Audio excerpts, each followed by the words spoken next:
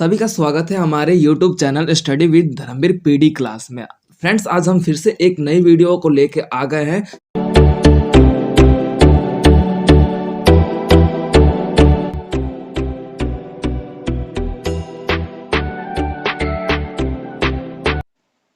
Second chapter की बात कर लेते हैं। तो अब सेकंड चैप्टर का जो नाम है आपका मार्क्सवादी अवधारणा, यानी कि मार्क्सवादी थिंकर्स। ठीक है, अवधारणा यानी कि बोल सकते हो कि जो उसके थिंकिंग है, अलग अलग थिंकर्स ने मार्क्सवाद को किस तरीके से परिभाषित किया, क्या उनका स्वरूप था, मार्क्सवाद होता क्या है, इन सभी व्यवस्थाओं को हम देखेंगे चैप्टर नंबर सेकंड में। तो देखो, मार्क्सवाद की जो अवधारणा है वो हमें देखने को मिलता है कि कार्ल मार्क्स के द्वारा इसे वर्णित किया गया था। यानी कि कार्ल मार्क्स के द्वारा ही मार्क्सवाद की अवधारणा को परिभाषित किया गया था। उसके द्वारा ही इस परिभाषा या इस शब्द को हमारे विश्व स्तर पर देखने को मिला। और जो मार्क्सवाद की व्यवस्था है ना, वो 20वीं शताब्दी यानी कि 20वीं शताब्दी के अंतर्गत, या फिर बोल सकते हो 20वीं शताब्दी जो है उसमें देखने को मिला। ठीक है, जिसके अंतर्गत कार्ल मार्क्स के द्वारा 20वीं शताब्दी में आपका देखा जाता है मार्क्सवाद की अवधारणा को परिभाषित किया गया। अब बात कर लेते हैं मार्क्सवाद अवधारणा का अर्थ।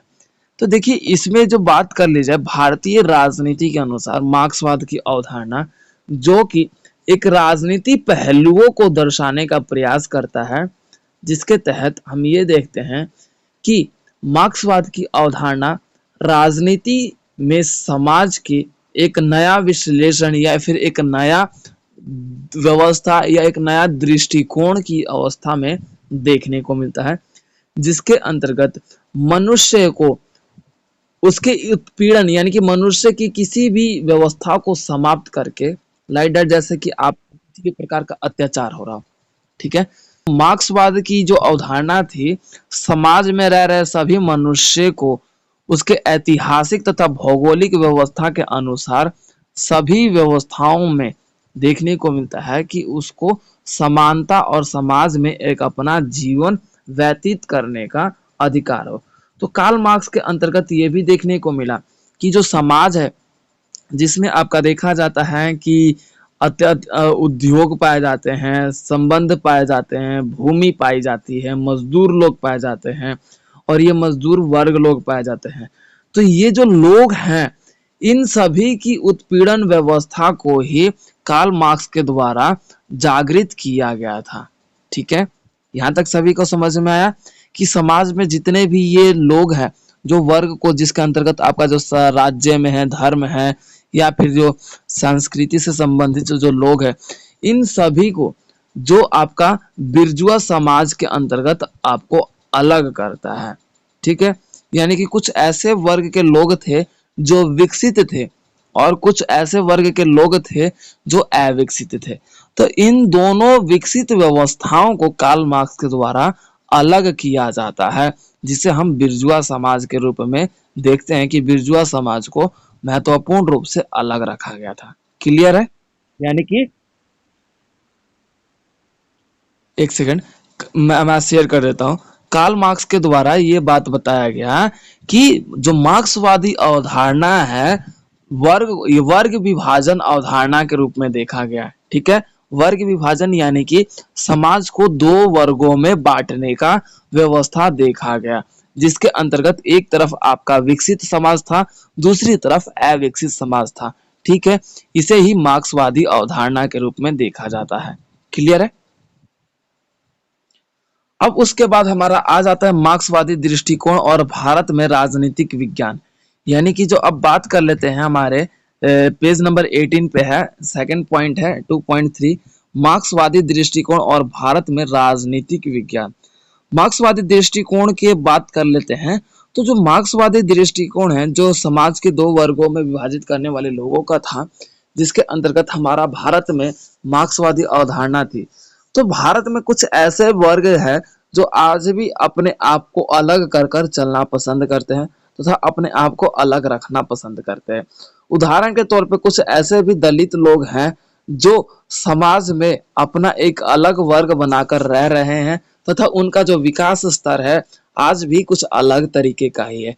कुछ वर्ग के लोग अपने आप में विकसित कर चुके हैं तथा कुछ वर्ग के लोग अपना विकास आज कर रहे हैं।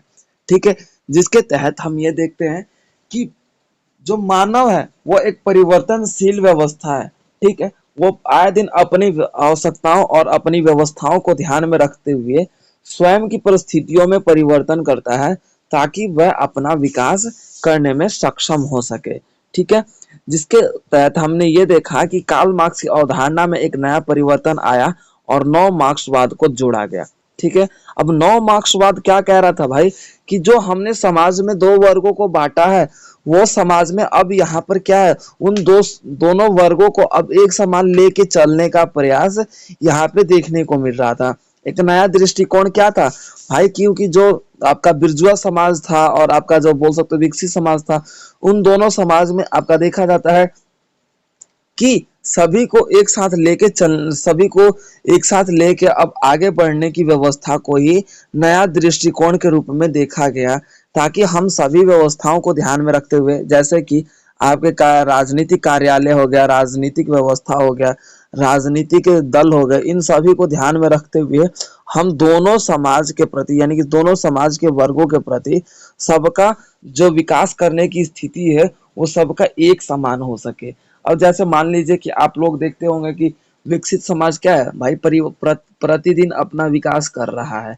आपका देखा जाए तो अविकसित जो समाज है वो क्या है भाई, वो दिन प्रतिदिन आपका उसका जो अस्तित्व वो मिटता जा रहा है। आपने भी देखा होगा कि ऐसे कहा जाता है हमारे समाज के लोगों के साथ, जो गरीब लोग हैं दिन प्रतिदिन गरीब होते जा रहे हैं, जो विकसित लोग हैं वो दिन प्रतिदिन विकसित होते जा रहे हैं।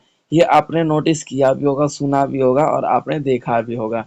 तो इन सभी व्यवस्थाओं को ध्यान में रखते हुए जो नव मार्क्सवाद की अवधारणा थी, जिसमें हमने ये देखा कि यहाँ पर आपका देखा जाता है नव मार्क्स की अवधारणा की बात कर लेते हैं तो एक नयापन जो जोड़ा गया 1980 के दौरान नव मार्क्स की व्यवस्था का जन्म हुआ, जिसके तहत अब यहाँ पे जो बड़ी मात्रा में जो अलग अलग वर्ग में विभाजित लोग थे, जिसका विकास कुछ कुछ वर्ग का हो रहा था, कुछ वर्ग का नहीं हो रहा था, उन सभी व्यवस्थाओं को ध्यान में रखते हुए, उन सभी व्यवस्थाओं को मद्देनजर रखते हुए जो इनके विकास करने की प्रक्रिया थी, संकल्पनाएं थी, वो आपका देखा जाता है महत्वपूर्ण रूप से 1980 का दौर रहता है। क्लियर हो गया यहाँ तक?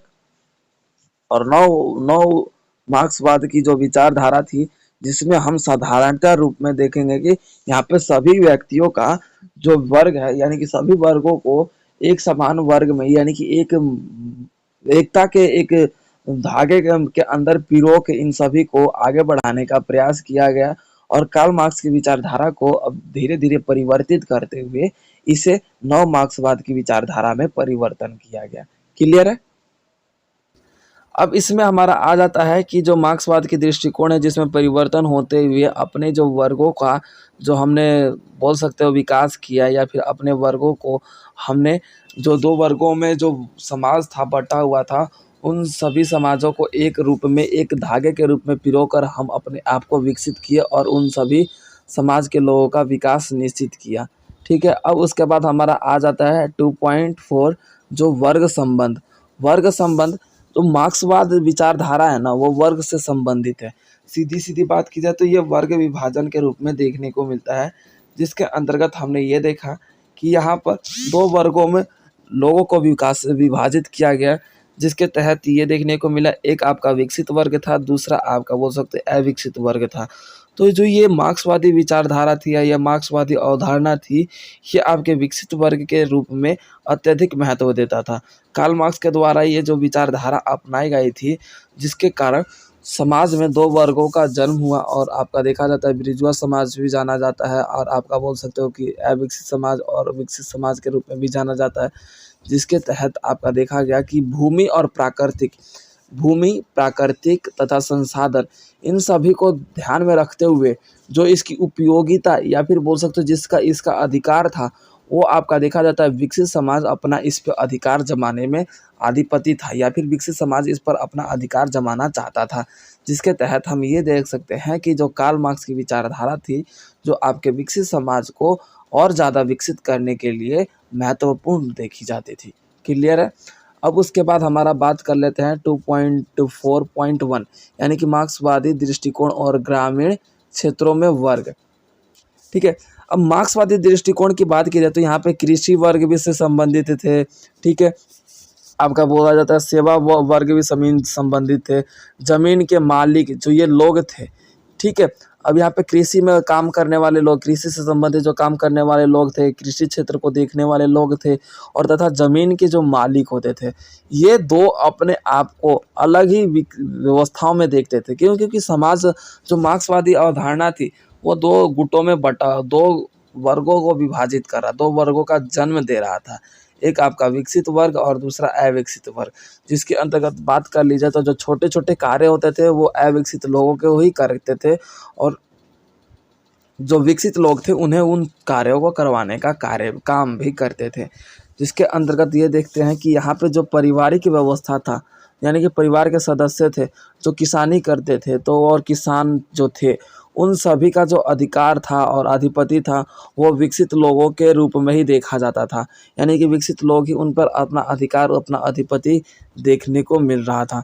जिसके तहत हम ये देख सकते हैं कि यहाँ पे जो जमींदार होते थे, जो ज़मीनों का हेर फेर करते थे, ज़मीन खरीदना तथा ज़मीन बेचना, ये सारे जो गैर व्यवस्था था यानी कि इनका, तो वो आपका देखा जाता है विकसित समाज जो पूंजीवाद को बढ़ावा दे रहा था।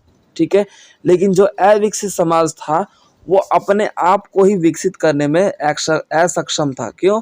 क्योंकि भाई जो विकसित समाज था इन्हें विकसित होने के लिए बाधित कर रहा था, रोक रहा था।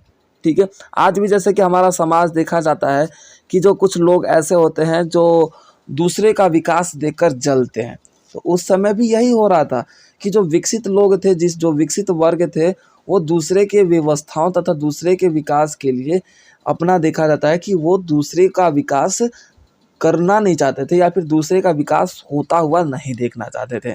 जिसके तहत हमारे ये देखने को मिला कि विकसित समाज शुरू से ही जो पूंजीवाद को बढ़ावा दे रहा था, तथा जो बोला जाता है अविकसित समाज जो था वो अपने आप को विकसित करने में असक्षम विकसित समाज के कारण ही था। क्लियर यहाँ तक? ठीक है, तो बात कर लेते हैं वर्ग संबंधों की 2.4 है आपका, जिसमें हम ये देखेंगे कि यहाँ पे जो समाज के दृष्टिकोण के रूप में कुछ कुछ ऐसे वर्ग हैं जो अपने आप को अलग रख रहे हैं तथा अपनी व्यवस्थाओं को अलग रख रहे हैं, चाहे संसाधन के रूप में, चाहे आपके प्राकृतिक, चाहे भूमि के रूप में। सभी वर्गों को लोग जो थे वो दो व्यवस्थाओं के रूप में थे। एक आपका विकसित वर्ग था, दूसरा आपका अविकसित वर्ग था, जो कि मार्क्सवादी अवधारणा इसी पर वर्ग कर रहा था। ठीक है, जिसके अंतर्गत हमने ये देखा कि यहाँ पे जो तत्कालीन व्यवस्था क्या था कि भाई संसाधन के रूप में प्राकृतिक संसाधन जो उपजाऊ किया जा रहा था यानी कि उत्पन्न किया जा रहा था, तो विकसित वर्ग जो थे वो अपने आप में और ज्यादा विकसित हो रहे थे, लेकिन अविकसित वर्ग थे वो आपका देखा जाता है कि विकसित वर्ग के दबे हुए रहते थे। दबे हुए रहते थे कहने का मतलब है कि जो भाई अपने आप को सर्वोपरि या फिर जो ऊंचा था, जो अमीर था, वो गरीब लोगों पर अपनी व्यवस्थाओं का रुतबा दिखा रहा था। जिसके तहत उन सभी का जो विकास है वो निश्चित रूप में हमें ये देखने को मिलता है कि वो अपना विकास करने में असक्षम की व्यवस्था में भी देखने को मिलता है। ठीक है, उसके बाद हमारा आ जाता है आपका 2.4.1 यानी कि मार्क्सवादी दृष्टिकोण के ग्रामीण क्षेत्रों में वर्ग। यानी कि ग्रामीण क्षेत्रों में जो वर्ग की बात कर लेते तो यहाँ पे किसान आ जाते थे, किसान व्यवस्था आ जाता था। ठीक है, जमींदार आ जाते थे। इन जमींदारों ने जिस तरीके से किसानों पर जिस भावनाओं के अनुसार अपने कार्य करवाते थे और अपने कार्य के अनुसार वो जिस तरीके से अपना देखा जाता था कि किसानों पर अपने प्रभाव को दिखाते थे। अब देखो जमींदार क्या करते थे भाई, आपका जो देखा जाता था जमीन देते थे किसानों को खेती करने के लिए, तो उस जमीन के बदले उन्हें उनसे अत्यधिक मात्रा में आपका देखा जाता था फसल लिया जाता था या फिर रकम लिया जाता था। तो ये जो जमींदार होते थे अपने कर या तथा अपना देखा जाता था कि जो मुआवजा होता था समय समय पर लेते थे, और तथा समय समय पर लेते लेते ये भी देखने को मिलता था कि ये आवश्यकता से अधिक लेते थे किसानों से। अविकसित समाज है वो अपनी अवस्थाओं में विकास करने के लिए बाधित था। जो ऊंचे समाज के लोग थे, जो ऊंचे वर्ग के लोग थे, उनको विकसित होने के लिए ये बाधित कर रहे थे, यानी कि रुकावट के रूप में देखे जा रहे थे। जो कृषि से संबंधित क्षेत्र थे, कृषि से संबंधित जो लोग थे, ठीक है, वो अपने आप में आगे नहीं बढ़ पा रहे थे। क्यों? क्योंकि भाई जो जमीन के जो मालिक थे, वो अपने जमीनों के माध्यम से किसानों पे क्या कर रहे थे, जो अलग अलग प्रकार के, जो बोल सकते हो कि भाई मुआवजे के रूप में उनसे जो वसूला जाता था, इस तरीके से कुछ वर्ग अपने आप में विकास करने में असक्षम हो रहे थे। और कारण क्या था? विकसित समाज। ठीक है, अब बात कर लेते हैं हमारा 2.5 की, तो आपका आंदोलन है। आंदोलन की बात कर ली जाए तो जो मार्क्सवादी वर्ग में, जो मार्क्सवाद में जो वर्ग देखे गए, जैसे कि आपका देखा जाता है खेती करने वाले लोग देखे गए, मजदूर देखे गए, किसान देखे गए, इन सभी ने क्या किया भाई, अपने वर्ग का विकास करने के लिए, अपने क्षेत्र का विकास करने के लिए क्या किया, अब धीरे धीरे यहाँ पे आंदोलन करने लगे। ठीक है, मार्क्सवादी जो विचारधारा थी, उसका एक परिवर्तन स्वरूप अब यहीं से उत्पन्न होता है, जो कि आंदोलन के रूप में देखा जाता है। आपका किसान थे, आपका देखा जाता है कि अलग अलग जो विकसित लोग थे, उन्होंने आंदोलन किया, और मार्क्सवाद जो चल रहा था, जो दो वर्गों को विभाजित कर रहा था, तो ये आंदोलन सभी लोगों को एक समान दृष्टि के रूप में लाकर खड़ा करने वाला था, जिसे हम नव मार्क्सवाद की विचारधारा के रूप में देखते हैं, जिसमें दोनों वर्गों को अब बराबर अधिकार मिल सके, जिसके कारण आंदोलन की स्थिति देखने को मिली। और ये आंदोलन महत्वपूर्ण रूप से हमारा देखा जाता है कि एक समाज में जो सभी लोगों का जो वर्ग विभाजन था, उस वर्ग विभाजन को समापन के लिए ये आंदोलन काफी महत्वपूर्ण साबित होता है। जिसके अंतर्गत हम आंदोलन की बात कर लेते हैं, तो इसमें आपका फर्स्ट आंदोलन आ जाता है 2.5.1 में, किसान और कृषिक आंदोलन।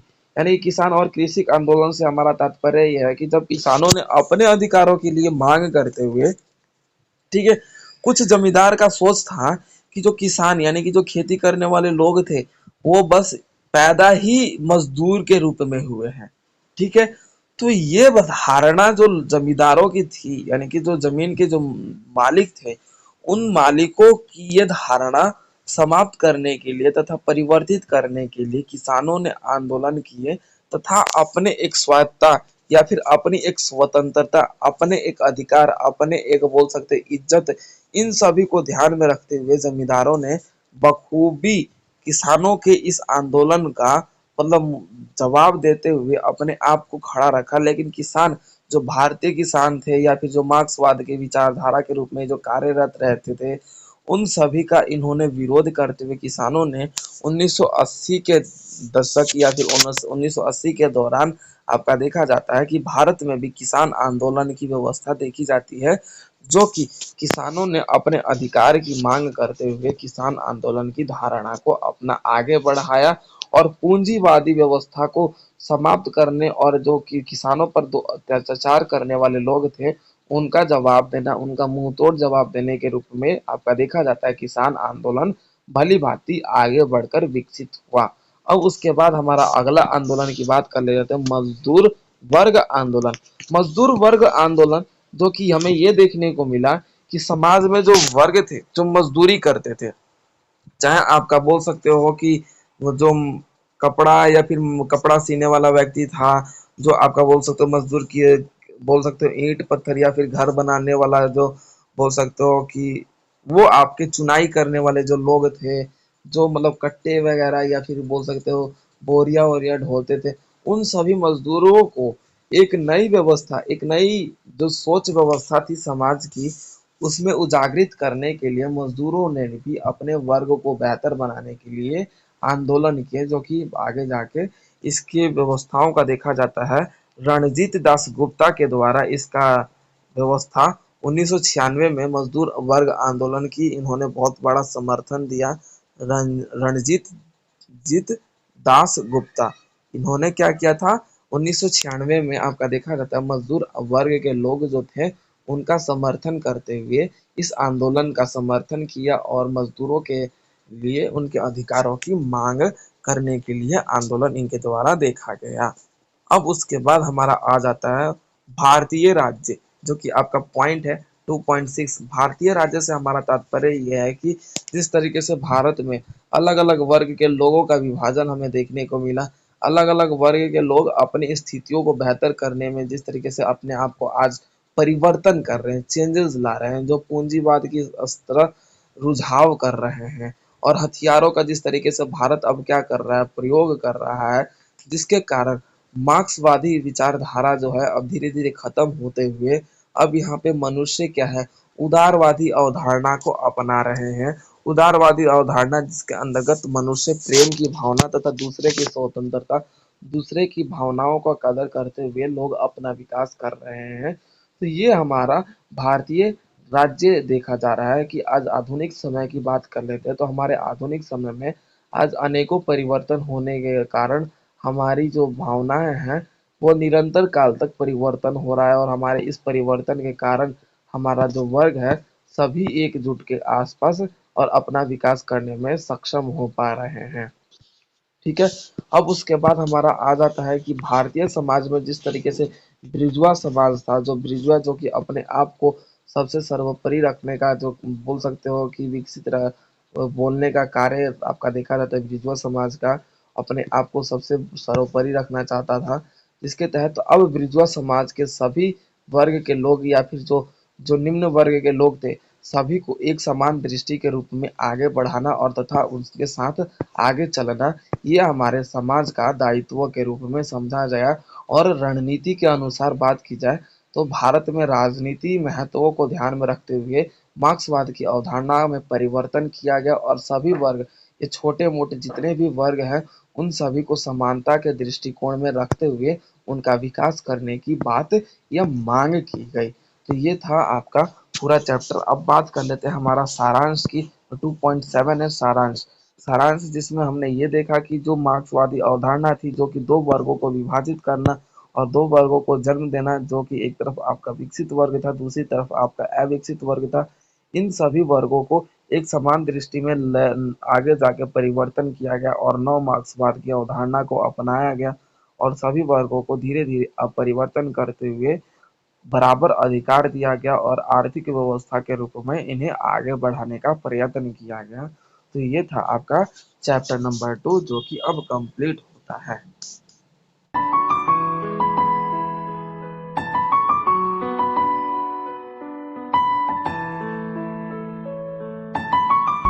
तो वीडियो को like, comment, share and subscribe करना ना भूलें।